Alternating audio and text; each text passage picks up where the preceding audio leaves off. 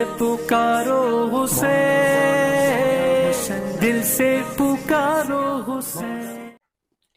अस्सलामुअलैकुम नाजरीन, आप देख रहे हैं A1 ग्लोबल टीवी और मैं हूं नाइला भट्टी। सबसे पहले शामिल करते हैं आज की अहम खबरें। पंजाब के शहर आरिफवाला में दरियाए सतलुज के मुकाम पर सैलाबी रेले से तबाहकारियां जारी हैं। करोड़ रुपए मालियत की फसलें तबाह हो गई। अहले इलाका नकल मकानी करने पर मजबूर हो गए। मजीद जानते हैं मिर्जा फहद अली फूल की इस रिपोर्ट में। भारतीय आबी जारियत के नतीजे में दरियाए सतलुज में पानी की सतह में एक बार फिर से मुसलसल इजाफा हो रहा है। आरिफवाला में दरियाए सतलुज में पानी की सतह तकरीबन 84,430 क्यूसेक है। दरियाए सतलुज के दोनों किनारों पर आबाद लोग सैलाब के पानी की वजह से मुतासिर हो चुके हैं। सैलाबी पानी की वजह से हज़ारों एकड़ रकबे पर मुहित फसलें, ज़रई अराजी और मकानात दरियाबुर्द हो चुके हैं।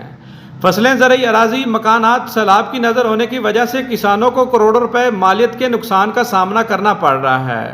मुतासरा लोगों का कहना है, हम अपनी मदद आपके तहत बच रहे हैं। दरियाए सतलुज में सैलाब के पानी की वजह से हमारी फसलें तबाह हो गई, हमारे घर गिर गए हैं। हम अपनी मदद आपके तहत दूसरी जगह मुंतकिल हो रहे हैं। ज़िलाई इंतज़ामिया की तरफ से हमें कोई मदद फराहम नहीं की जा रही। साढ़े तेल लुढ़ गए, साड़ी मक्की लुढ़ गई।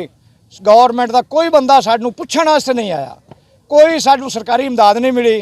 किसी अमर का, किसी MP MN, कोई सरकारी बंदा कोई नहीं साढ़े घर तक किसी पूछा।